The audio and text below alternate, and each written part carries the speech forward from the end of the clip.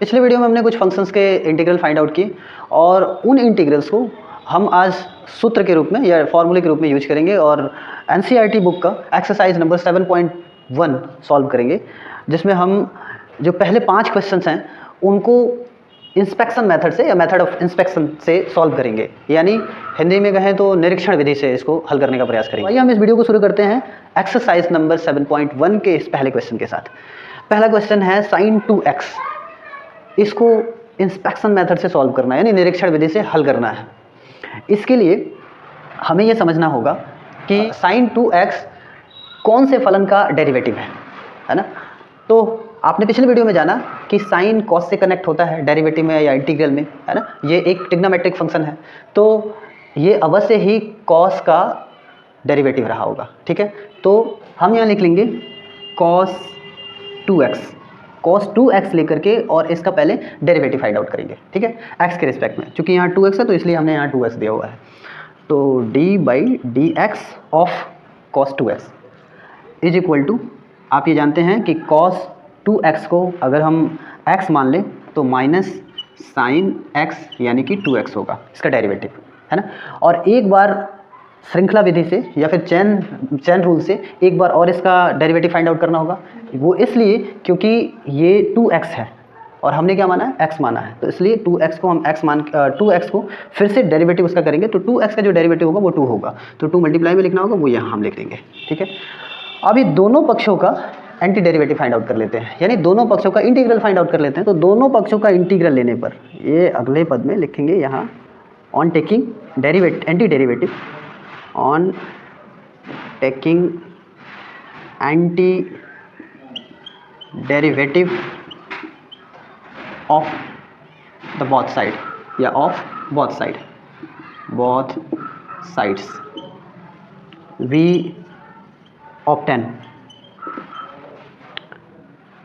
Integral of d/dx of cos 2x with respect to x is equal to integral of -2 sin 2x with respect to x।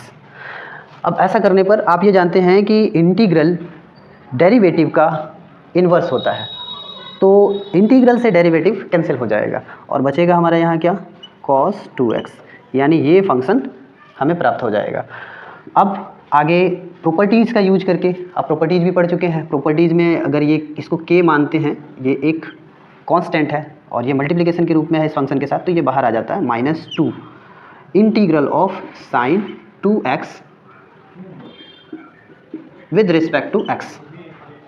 अब आगे हम इसको solve करते हैं, इसको हमें अरेंज करना होगा, या cos 2x, अब -2 को हम ट्रांसपोज कर देंगे दूसरी ओर, -1/2 होगा, बाई 2 हो जाएगा मल्टीप्लिकेशन में, तो is equal to integral of sin 2x with respect to x।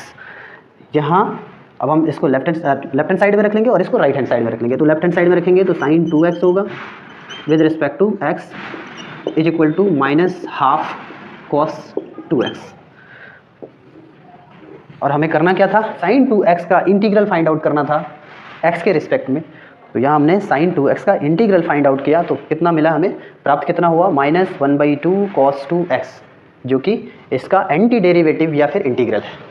तो इस मेथड को बोलते हैं, इस तरीके को बोलते हैं मेथड ऑफ इंस्पेक्शन या निरीक्षण विधि, है ना, जिसमें हमें अनुमान लगाना होता है, जिसमें डेरिवेटिव के आधार पर, किसी भी फलन के डेरिवेटिव के आधार पर, जो डेरिवेटिव हमने पढ़ा है उस ज्ञान के आधार पर, उस नॉलेज के आधार पर हमें पता लगाना होता है कि ये किस फलन का डेरिवेटिव रहा होगा, है ना।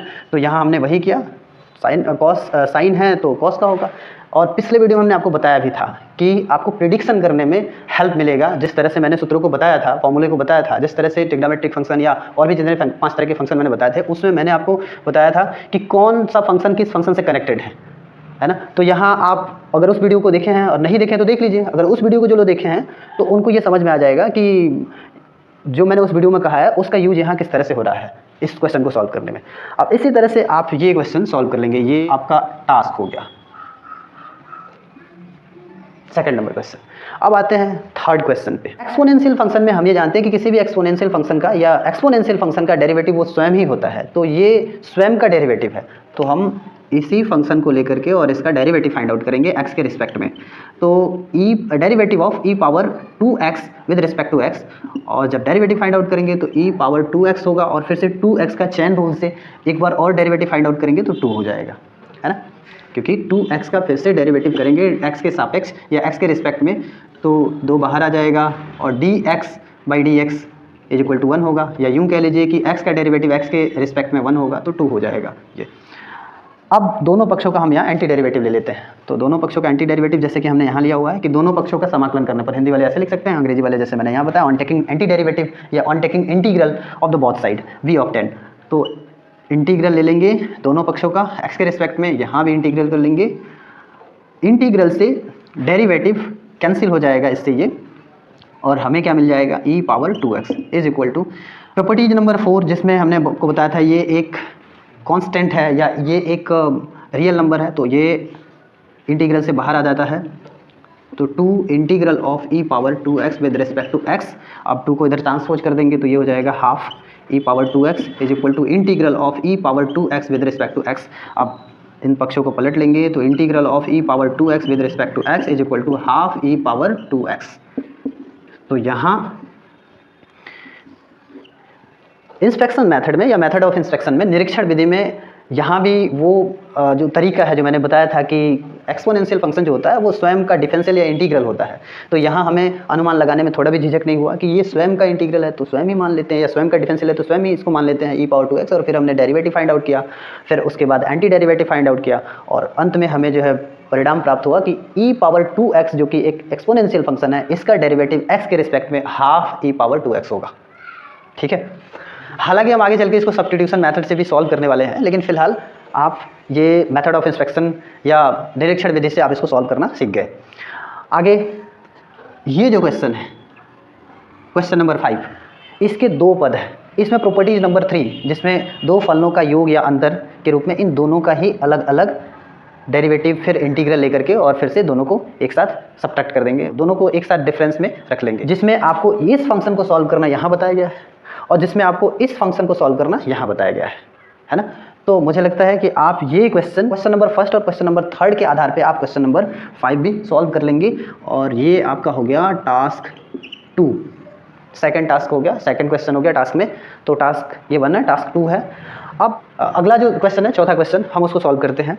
क्वेश्चन नंबर जो 4 है वो कुछ इस प्रकार है, ax + b होल पावर 2, इसका एंटी डेरिवेटिव यानी कि इंटीग्रल फाइंड आउट करना है। तो इसके लिए हम ये सोचेंगे कि ये प्रेडिक्शन करेंगे या ये अनुमान लगाएंगे, गेस लगाएंगे कि, और अनुमान भी वो वाला नहीं, तुक्का वाला अनुमान नहीं, डेरिवेटिव जो हमने किया है उसके आधार पर हम अनुमान लगाएंगे, उस नॉलेज के आधार पर हम अनुमान लगाएंगे। ax + b, इसको हम ऐसा समझेंगे कि ये x है ना, और इस पे पावर कितना है, 2 है। तो x पे पावर 2 कब हो सकता है, जब कोई फलन x पे पावर 3 रहा होगा, तब उसका डेरिवेटिव जो रहा होगा वो x पे पावर 2 के नज़दीक रहा होगा, है ना। यानी कहने का मतलब कि अगर हम इस पूरे फलन को x मान लें और इस पे जो पावर है वो हम यहाँ दे दें, सब्स्टिट्यूट कर लें, कहने का मतलब आप x ना मान के t मान लीजिए। तो आप t मान लीजिए, मान के चलिए, और सोचिए ज़रा कि t पावर 2 किस फलन का डेरिवेटिव होगा। तो t पावर 2 t पावर 3 का रहा होगा, क्योंकि डेरिवेटिव में आप जानते हैं कि एक घात कम होता है ना, डेरिवेटिव में एक घात कम होता है। तो आप इस फलन को लेंगे, है ना, डेरिवेटिव करने के लिए। तो इसलिए हम यहाँ लेंगे ax + b होल पावर 3, इस फंक्शन के बजाय हम ये फंक्शन लेंगे और इस फंक्शन का x के रिस्पेक्ट में डेरिवेटिव फाइंड आउट करेंगे।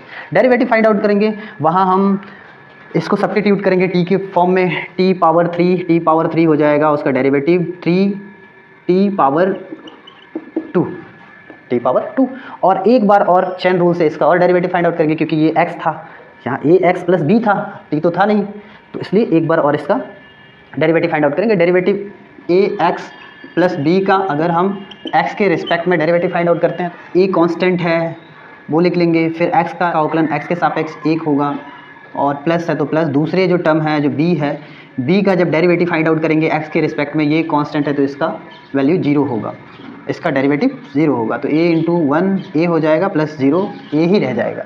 तो फिर हम यहाँ ये कहेंगे कि इनटू में यहाँ a होगा, है ना। एक बार और डेरिवेटिव हमने चेन रूल से फाइंड आउट कर लिया हुआ है इस फंक्शन का। अभी हम इसको लिख सकते हैं 3a into A X plus B whole power 2। अभी दोनों पक्षों का एंटी डेरिवेटिव लेते हैं या इंटीग्रल लेते हैं। लिखेंगे on taking integral of the both sides we obtain. Anti derivative लेंगे तो यहाँ डेरिवेटिव कैंसिल हो जाएगा और A X plus B whole power 3 बच जाएगा। एंटी डेरिवेटिव में इंटीग्रल, तो इंटीग्रल से डेरिवेटिव कैंसिल और इधर दूसरी तरफ integral of 3a into A X plus B power whole power 2 with respect to X. अभी हमने आपको बताया चौथे जो प्रॉपर्टीज है, प्रॉपर्टीज नंबर पिछले वीडियो में हमने प्रॉपर्टीज बताया था, उसमें ये कांस्टेंट है तो ये इंटीग्रल से बाहर मल्टीप्लाई के रूप में आ जाएगा। तो यहाँ हो जाएगा 3a integral of integral of A X plus B whole power 2 into D X या फिर रेस्पेक्ट टू एक्स। अब ये दूसरी तरफ ट्रांसपोज होगा, तो दूसरी तरफ ट्रांसपोज होगा तो 1/3a into A X plus B whole power 3 है ना, ऐसा होगा। और यहाँ से इसको हटा देंगे।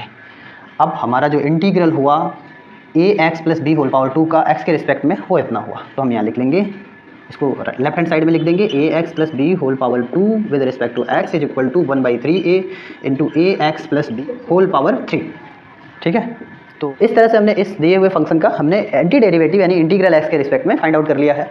इस पर भी हम बेसिक क्वेश्चन आपको दे देते हैं, C X plus D whole power 5, इसका एंटी डेरिवेटिव या फिर इंटीग्रल एक्स के रिस्पेक्ट में फाइंड आउट करना है। ये आपका टास्क हो गया, यानी आपको इन 5 क्वेश्चंस में 3 क्वेश्चन टास्क के रूप में मिल गए। आप इसको सॉल्व करेंगे।